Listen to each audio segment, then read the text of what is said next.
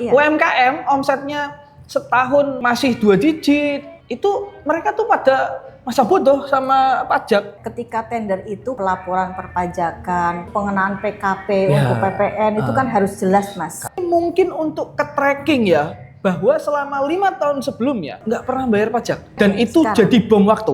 Jadi ketika omsetnya sudah 4 miliar, kita sudah harus ancang-ancang pengajuan PKP nih, Mas. Jadi saya simpulin masih banyak UMKM yang omsetnya di atas 4,8 miliar, tapi pencatatannya masih tidak sebagaimana mestinya.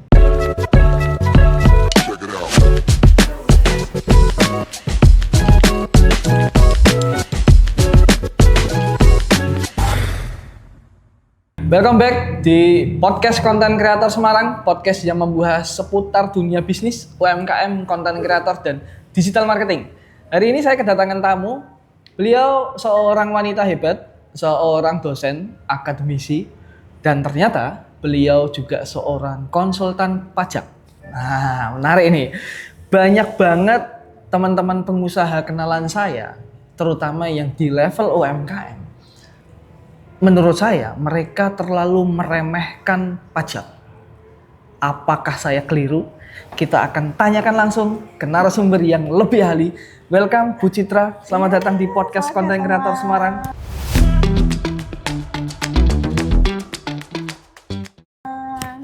Bu Citra ini saya kadang bingung. Ini saya manggilnya Bu dosen atau Bu konsultan, saya bingung. Tapi saya lebih cocok ngerasa Bu Citra ini cocoknya jadi konsultan saja. Dosen nggak cocok ya? Ya karena saya belum ikut kelasnya kan. Oh, iya, betul. Saya belum ikut kelasnya. Betul. Kapan-kapan nanti saya tak menyamar. Mahasiswa ya? Jadi mahasiswanya Bu Citra. Ya Boleh. kan? Oke Bu Citra, Oke. terima kasih Ya. sudah meluangkan waktunya untuk datang di podcast ini Bu Citra. Mungkin podcast kali ini akan menjadi satu-satunya podcast yang full edukasi, terutama untuk pengusaha, perintis bisnis UMKM yang ngelihat video ini. Kalian wajib tahu bahwa yang namanya pajak itu menurut saya ya sangat-sangat harus kalian tahu. Fun fact-nya, saya bukan pengusaha yang suka bayar pajak. Saya bukan pengusaha yang suka bayar pajak, Bu Citra. Saya nggak hobi bayar pajak, tapi saya merasa harus bayar pajak. Guys, nanti ada ceritanya tuh. Oke, Bu Citra. Kita mulai deh Bu Citra. Oke. Bu Citra mulai jadi konsultan pajak lebih dulu dibanding dosen atau jadi dosen dulu? Awalnya itu sebetulnya kan sebagai pegawai Pegawai? di konsultan pajak. Oh, oke. Ya, jadi memang nggak tiba-tiba langsung jadi konsultan kan tidak. Oke. Karena awalnya pasti tetap jadi pegawai dulu di konsultan Oke. pajak. Kemudian di dalam pegawai itu, kalau di konsultan pajak itu kan kadang-kadang pegawainya itu untuk tanggung jawab job desk-nya itu kadang-kadang per, misalnya ada yang ngurusin PPN 21, Oke. ada yang ngurusin PPN sendiri, 23 sendiri, Oke. udah sendiri-sendiri itu. Oke, plottingnya ya. Plottingnya udah sendiri-sendiri. Pada saat datang memang saya tidak ditugaskan untuk perpajakan sebetulnya. Oh, terus? Urusin keuangan, Oh, uang keluar masuk. manajemen maksudnya ya? Masuknya manajemen. Manajemen ya, oke. Iya, masuk manajemen. Tapi ketika ada peluang ilmu di situ, saya akhirnya meminta pekerjaan di masing-masing teman itu. Oh, meminta Jadi, pekerjaan iya. di bidang pajak? Minta pekerjaan mereka, kayak misalnya Oh. Mbak ngurus PPN 21, sini dong aku dikasih beberapa saya kerjaan gitu, saya bantuin. Begitu seterusnya, Oh. sampai akhirnya bisa menguasai semuanya. Akhirnya diberi tanggung jawab untuk keluar juga menemui klien. Oh, oke, ketemu klien. Ya, Oke. dulu kan tidak ya, masih seputar di Administrasi kerjaan saja, ya. administrasi aja, menghitung PP 21, 23 dan laporan ke kantor pajak paling seperti itu. Tapi sudah ditugaskan untuk ke klien juga. Oke. Nah, setelah itu baru saya kuliah S2. Kuliah S2 posisi masih kerja? Masih Nyambi gitu? nyambi. Oke. Di bidang? Kuliahnya di bidang? Manajemen. Oke. Karena Bukan perpajakan? basicnya manajemen. Bukan perpajakan? Bukan. Oke. S1-nya manajemen, akhirnya S2-nya otomatis basicnya manajemen. Manajemen. Diikuti juga dengan ikut ujian konsultan pajak waktu itu.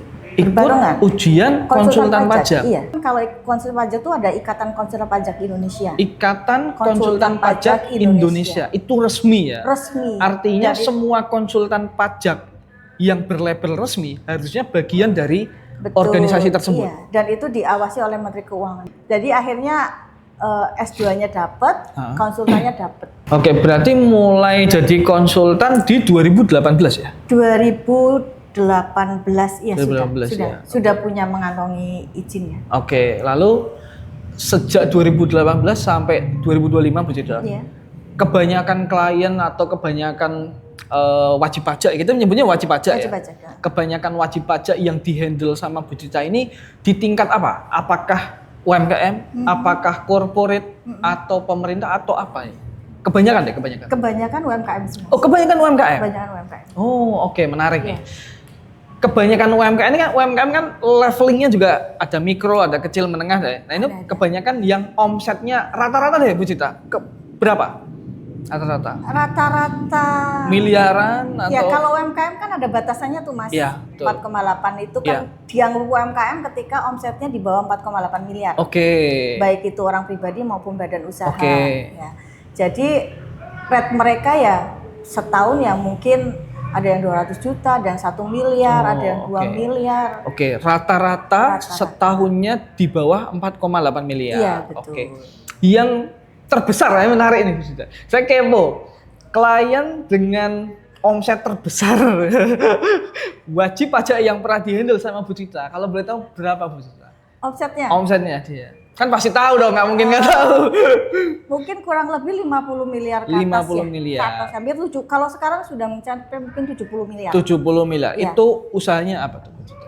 Itu usahanya dia kayak ini loh Mas, apa namanya? Pabrikan Kelistrikan. Kelistrikan. Jadi contoh kayak bikin bangunan kan ada listrik-listriknya Ya, itu, Mas. instalasinya ya? Instalasinya. Dia diinstalasikan. Oh. Saya ikut dia itu sejak omsetnya setahun masih 100 juta Mas. Itu tahun 2000 berapa ya? 15 apa 14? Ini saya menarik. lupa. Menarik. Bu Citra bilang ikut dia sejak omsetnya 100 juta. Iya betul. Artinya ketika omsetnya dia tanda kutip, saya tidak bermaksud sombong, angkanya 100 juta setahun ya menurut saya itu tidak besar ya. Iya. Omset belum besar, dia sudah melek sama pajak. Sudah. 100 juta masih kecil Bu hitungannya. Masih. Kalau setahun ya, Iya betul. kita rata-ratakan aja per bulan berarti dia nggak ada tuh 10 juta. Nggak ada. Iya kan? Betul. Dia sudah melek pajak. Sudah. Kenapa Bu? Kenapa orang, ini kan soalnya banyak banget, Iya. UMKM omsetnya setahun masih 2 digit, atau sebulan lah ya, sebulan masih 1 digit, 2 digit, itu mereka tuh pada masa bodoh sama pajak. Iya. Tapi kliennya Budita yang kelistrikan itu dia peduli sama pajak. Padahal case-nya omsetnya sama-sama masih kecil. Masih kecil. Kenapa waktu Bu itu. Citra? Apa yang membuat dia melek? Yang buat dia melek tuh sebetulnya karena urusan pekerjaannya adalah tender Mas. Oh, oke, B2B Iya. atau B2G ya? Jadi kalau ketika tender itu kan salah satunya urusan perpajakan harus Iya, betul. administrasi. Administrasi perpajakan, pelaporan perpajakan, kemudian termasuk pengenaan PKP Ya. untuk PPN itu kan harus jelas Mas. Karena bertransaksi dengan negara ya? Negara dan swasta, Swasta ya, Mas. negara dan swasta. Negara, swasta, BUMN itu kan masuk semua itu Mas. Oke. Jadi ketika dia mau maju, dia kan harus ikut tender yang besar-besar Hmm. tuh Mas. Awalnya memang kecil 100, tapi kan mereka punya tujuan yang lebih tinggi lagi. Oke. Dan ketika kecil pun mereka juga secara perpajakan harus betul dulu nih Iya. Mas. Kayak tender itu mewajibkan 2 tahun harus sudah laporan SPT. Oke. Kemudian mungkin ada audit juga ya. Audit NPWP-nya Iya, di tracking, kan seperti itu ya. laporan pajaknya patuh enggak, Betul. Oke. Laporan keuangannya. Laporan keuangannya, Iya, itu oke. masuk juga Mas. Oke. Akhirnya membuat dia melek pajak. Oke, bisa dibilang walaupun omsetnya masih kecil, tapi karena kewajiban untuk kepatuhan administrasi, Iya. ya, dia akhirnya mau tidak mau, suka tidak suka melek pajak. Iya, ya biar omsetnya tambah tinggi. Iya, Mas. karena semakin gede lawan transaksinya Betul. akan memicu lawan transaksi yang lebih besar lagi ya begitu. Betul. Pola pikirnya dia pasti seperti itu ya. Iya. Ya itulah pola pikir saya juga teman-teman ya. Jadi Pajak itu ada manfaatnya, Mas. Iya, ada manfaatnya walaupun saya tidak suka. Jujur, karena tidak suka tuh bukan berarti saya tidak mau menyumbang untuk negara, bukan, teman-teman. Lebih tepatnya ribet, ya, aturannya ribet bagi saya, Bu Ya Citra. itu fungsinya konsultan pajak, Mas. Itu dia, poinnya di situ, Bu Citra. Oke. Ya, Nah, Bu Citra, saya ada pertanyaan selanjutnya nih. boleh. Tadi kan Bu Citra bilang dia patuh pajak karena dia lawan transaksinya dalam skema tender. Betul. Nah, gimana untuk nasib UMKM yang skema bisnisnya atau marketnya itu tidak tender seperti itu? Skema bisnisnya B2C. Misalkan warung soto yang punya 10 cabang di Semarang. Kan nggak tender, Bu. Apakah pajak masih tetap ada manfaatnya atau seperti apa? Pastinya tetap ada manfaatnya ya, Mas ya.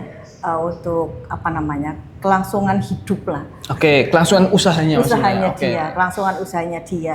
Sekarang gini, Mas, ketika kita tidak aware dengan pajak, kita tidak taat dengan kewajiban sebagai wajib pajak, kan kalau sudah punya NPWP, kemudian ada kewajiban yang harus dilakukan. Kalau nggak dilakukan itu nanti kalau pasti akan timbul kayak sanksi-sanksi yang terjadi, Mas. Nah, kalau ada sanksi-sanksi itu kemudian nominalnya besar, otomatis uang untuk usahanya dipakai buat bayar sanksi tersebut. Wah, menarik nih. Oke. Ya. Kenapa sih susah banget untuk hanya melaporkan saja? Gitu kan? Maksudnya menghitung, melaporkan, toh di dalam perpajakan juga, di dalam pajak ya, kan self assessment ya. Jadi kita melaporkan sendiri, menghitung sendiri, membayar sendiri. Kan gitu. Jadi sanksi yang dimaksud tadi adalah dampak jangka panjangnya. Betul, ya, Bu Rita. Iya. Jika sebuah UMKM katakanlah per hari ini masih kecil misalkan. Betul. Masih kecil, dia tanggungan pajaknya masih ringan, kan nggak kerasa tuh. Betul, ya kan, tidak kerasa.